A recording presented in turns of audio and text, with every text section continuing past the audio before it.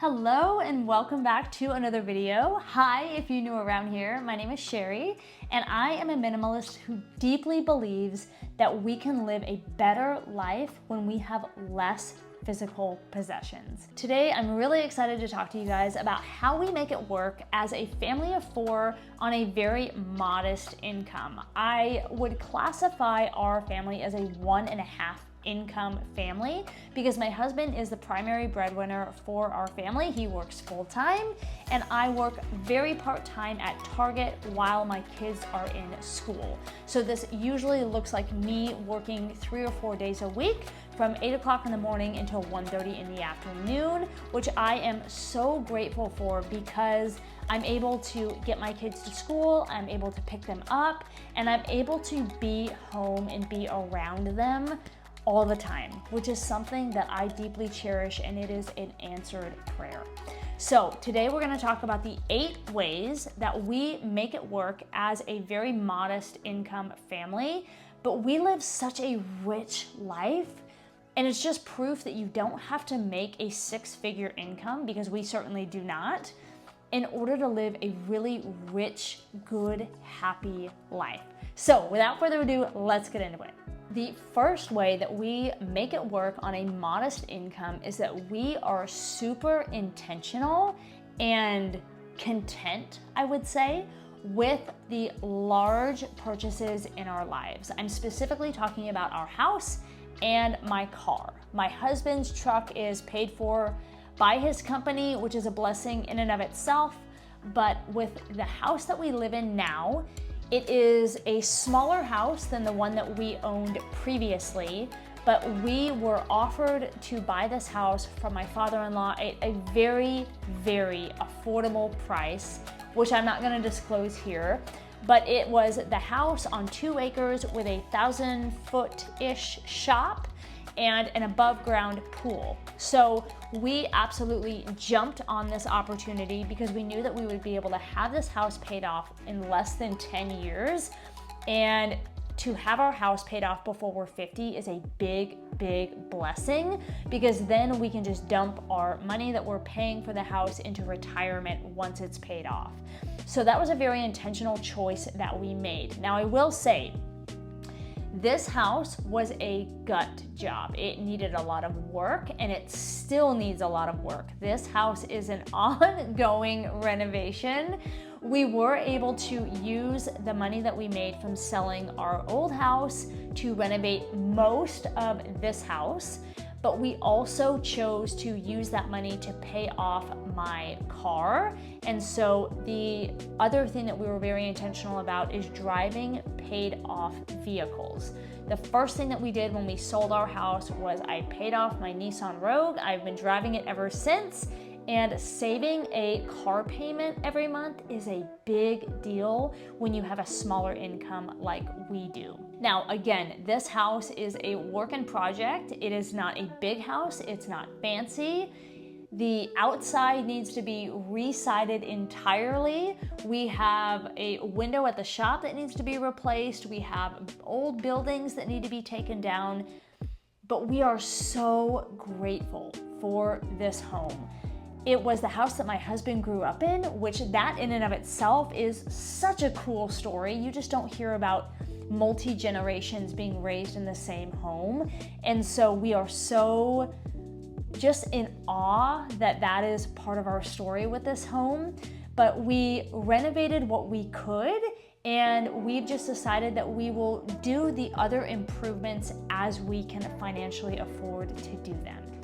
This means that we chose to not continue to have a big mortgage. We chose to not build a new house like so many other people are doing right now, which is fine. We chose to live in a smaller home that was super affordable so that we could afford to have me stay home most of the time, because that has such a big impact on our family. I think that there's a stigma still around women staying home and just being homemakers, like it's not good enough, or like women aren't really doing anything with their lives. Now, I understand that Some families are in a financial situation where mom staying home just isn't an option.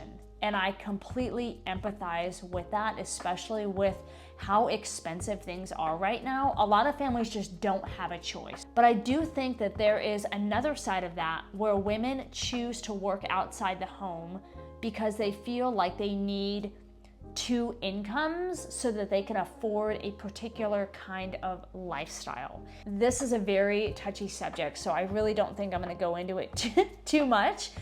But I just think that there is immense value in moms being at home, in taking care of their homes. It is such a God-given task that we are gifted with. And I just think that the art of that has really been lost in our culture. So I am gonna leave it there, but that was the first thing that we chose to do as a 1.5 income family in order to be able to live on a very modest income. The second thing that we do in order to live a rich life on a very modest income is that we do not use services like Afterpay, Klarna, any of those buy now, pay later services. There was a study that was done that showed that 70% of people who use those types of services spend more than they would have otherwise. I think this is very similar to using credit cards, that because we just have the funds available to us, that we're just naturally inclined to spend more than we would have had we had cash. So this is something that I know from firsthand experience because I used to use services like this and I haven't in a very long time. But when you're buying things and you think, oh, it's only $100 a month or it's only $25 a week or whatever it is, it seems so manageable. But then you use the service for multiple things, and before you know it, you can have hundreds of dollars being drafted out of your account every week for these things. Again, this is where minimalism really comes into play, because when you can choose to be content with what you have, it makes these services and credit cards and things that can just really bog us down less appealing. We find that when we live below our means, when we choose to not use services like this, that the peace that we have from not having payments, from not overextending ourselves, far outweighs the benefit or the convenience of having whatever we were gonna buy with those services. So very simply, we stick to cash or nothing.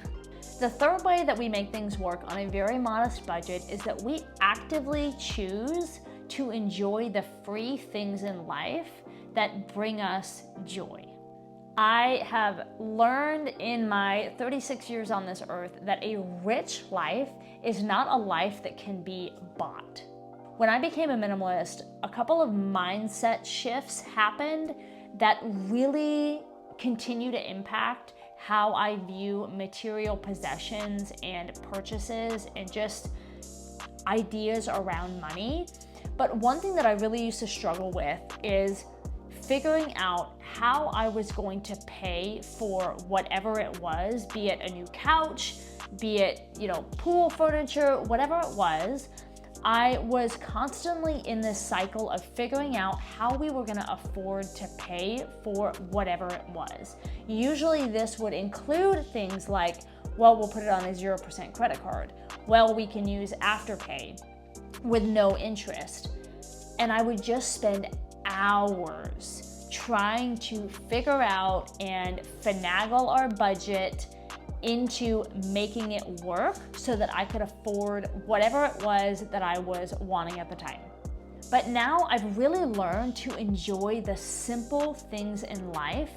And I know that for some people that's like not enough.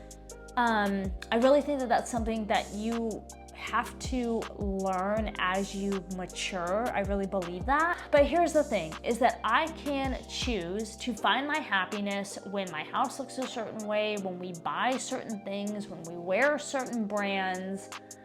But all of that comes with such a financial cost, and financial burdens are some of the heaviest burdens that we bear in this life. And it's a choice. We make that choice. And when I choose to, I feel like I talk about the birds all the time, but I genuinely get so much joy from just sitting in this very chair, looking out the window. Everything is blooming right now. When I wake up in the morning and the birds are chirping, and I have a hot cup of coffee, and Peanut, our Shih Tzu, comes and sits with me, and I can enjoy all that, and I'm not sitting there thinking about, oh, I have a really big credit card payment coming up, how am I gonna make it? Or I start my day online looking at all of these things that I wanna buy. There is such a deep peace and joy that flows from that peace because we're not weighed down financially. I cannot speak about this enough because it's something that I have experienced so deeply, and it is so life-giving. Just this lightness about life happens when you choose to enjoy the good things in life, which I'm telling you cannot be bought in a store. The fourth thing that we do to live a rich life on a very modest budget is that we stay away from processed food, and we try to do 95% of our cooking from scratch at home. Now, I will say, full disclosure, this has been something very, very recently that we have adopted. I've talked about the Yucca app more times than I can count. I should probably be sponsored by them at this point. But after learning about the things that are in our food and how dangerous they can be, and we don't even realize it, really just set in motion this shift for us to just buy basic ingredients, basic staples to have on hand, find a recipe, and make it ourselves. My kids and I have so much fun in the morning making waffles and bacon. This is like our new thing. But we can control the ingredients when we choose to make them from scratch, and we can also save boatloads of money by making it ourselves, especially with two boys who literally do nothing but eat. It is so much cheaper to make things ourselves. An unseen fruit that has come from this, not only just knowing that we're healthier and that my children are healthier, but also the time that we spend together making this food and the conversations that we have and the connections that we make. There is such value around spending time together as a family, making food, eating food, that I have just come to cherish it. So not only are we saving a ton of money by making food ourselves, but we are so much healthier for it. And our family has just made these wonderful connections, had these wonderful conversations while we're cooking. The fifth thing that we do to live a rich life on a modest income is that I don't buy things in advance. I have started to buy things only as we run out or as we need them. I used to be the person that would buy things like holiday stuff, kids' clothing, sunscreen, stuff like that. I would buy it at the end of the season when it would all go on sale. And I understand that strategy and I'm not against it. But what I found is that with seasonal items, I would forget that I bought them and then I would buy them the next year anyway. With kids' clothing, I would buy them when they were on sale, and then by the next season, either they didn't fit my kids or my kids didn't like them, and then it was a waste. So what I've started to do instead is, well, I really don't buy seasonal items anyway. I think the last time that I did this, I bought like Christmas tags when they were on sale. This was 2 or 3 years ago, and I still have those tags. Like I still haven't ran out. So that hasn't really been a thing. But specifically with kids' clothing, I only buy them things when they need them. And we always try to buy secondhand. I have found that Once Upon a Child has really great name brand clothing. Like my oldest son, Jameson, we got him 3 or 4 shirts that were North Face shirts. which if you guys know me, you know I love my North Face. But we found them for like $3 a piece at Once Upon a Child, and they were in great shape. Now, we're about to have to re-up on those because my kids are very, very rough on clothing, but for $3 a piece, they've lasted him almost a year now. That's a pretty good deal. But we can spend so much money on clothing for our children that when we choose to buy them only when we need them and we buy them secondhand, we just save a ton. Another thing that's in this category as well is buying things just because they're on sale. This is a pretty common strategy, I think, for a lot of people, but I used to be that person that when I would go to the grocery store and I would see something that we didn't necessarily need, but we did use and would need eventually, and it was on sale, I would stock up. And I have stopped doing that because I've never actually sat down and ran the numbers on this, but I feel like I would spend more because I would buy more that we didn't really need at that time than I would have had I just waited until we ran out and then just replenished like a regular amount. So I've stopped buying things when they're on sale. Now, of course, if something is on my list and it's on sale, I'm not gonna say no to that. But yeah, I don't really buy things that are on sale if they weren't on my list because that's money that I'm spending on things that we don't actually need right then that we could be putting into saving. The sixth thing that we do that's very common for one-income families is we choose to not eat out very often.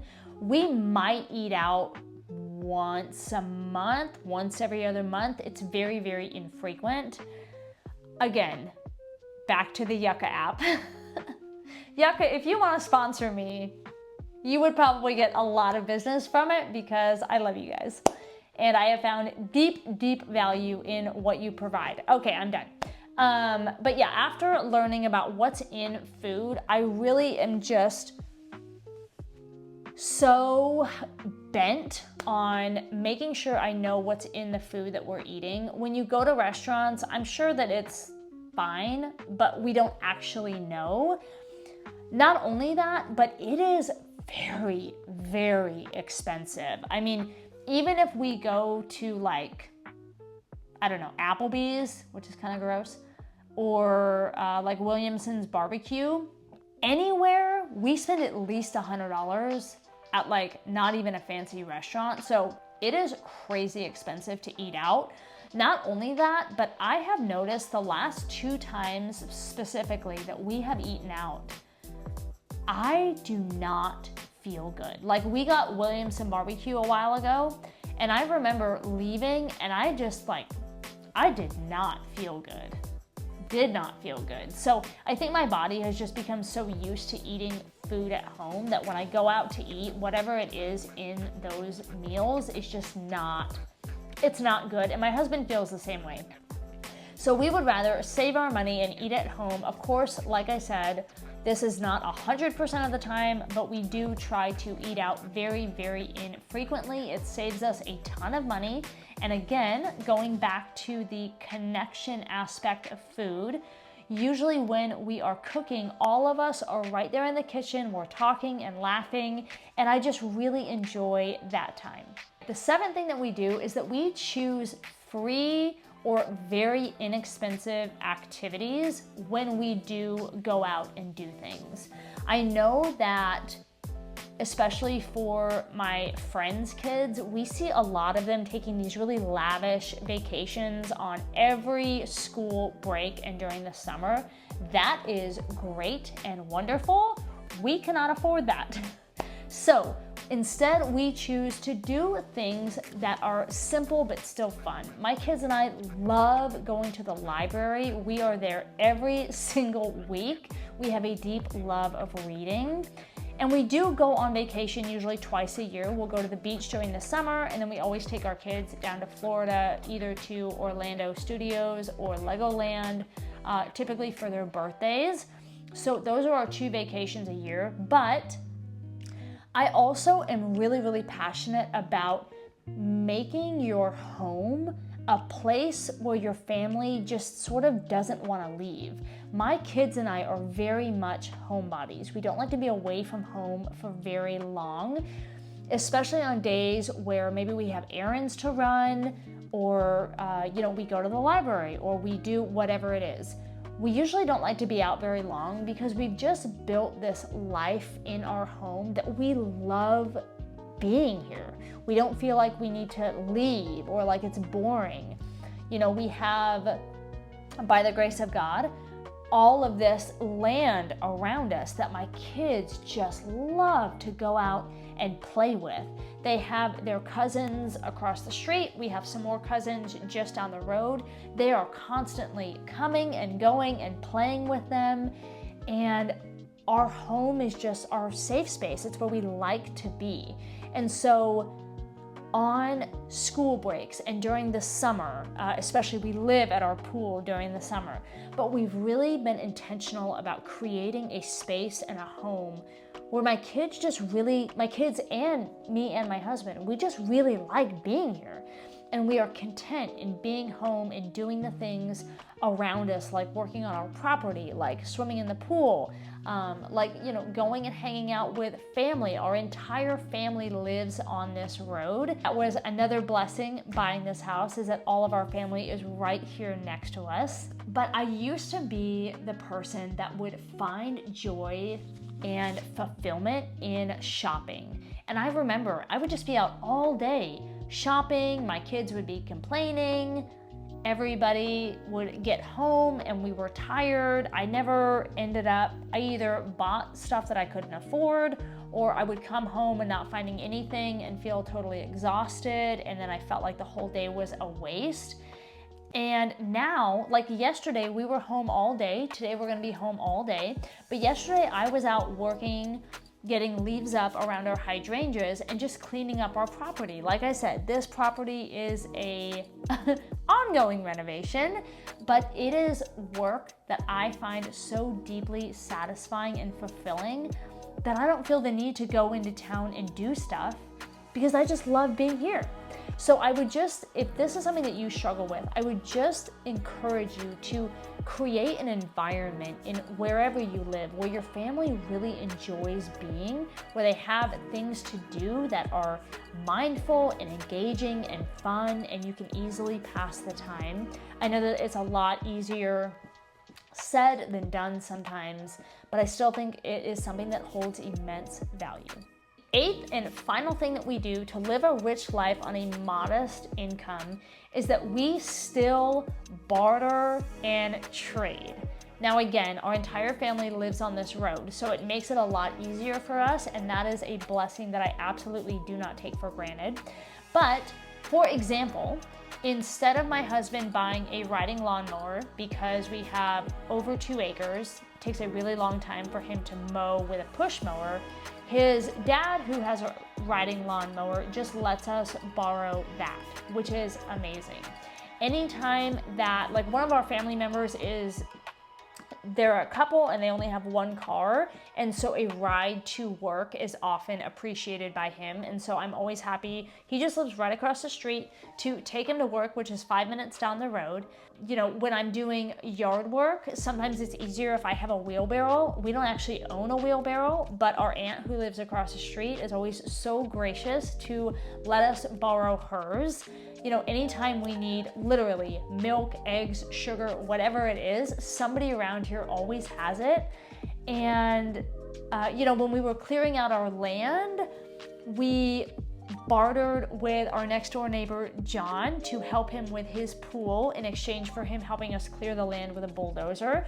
So when you can offer your own services and your own time and your own resources to others in exchange for theirs, it just creates this environment where everybody is spending less money, everybody is having their needs met, and it just fosters this sense of community that you can't get when you buy all your own things and have all your own things and never rely on anybody else for help.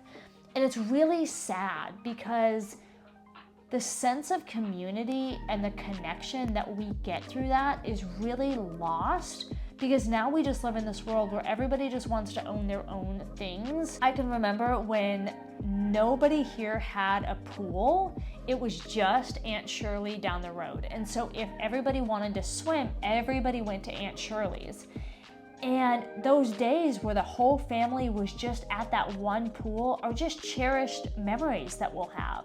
But now everybody has their own pool, including us. And while there are definitely benefits to that, I think it's sad that now everybody just swims at their own pool and there aren't as many get-togethers and gatherings as there used to be. So bartering and trading and creating a community where you're sharing what you have is not only honoring to God, but it holds so much value in terms of building a tight-knit community. So if this is not something that you are currently doing, I encourage you to get in touch with your neighbors, to go outside and just chit chat with other people and let them know, hey, if you need anything, before you buy it, ask if I have it first. That's something that we, even around our family, have done. Hey, if you need to borrow whatever it is that I know I have, just come and get it, and then just bring it back. And then likewise, if there's something that you have that I need, we can just share and trade.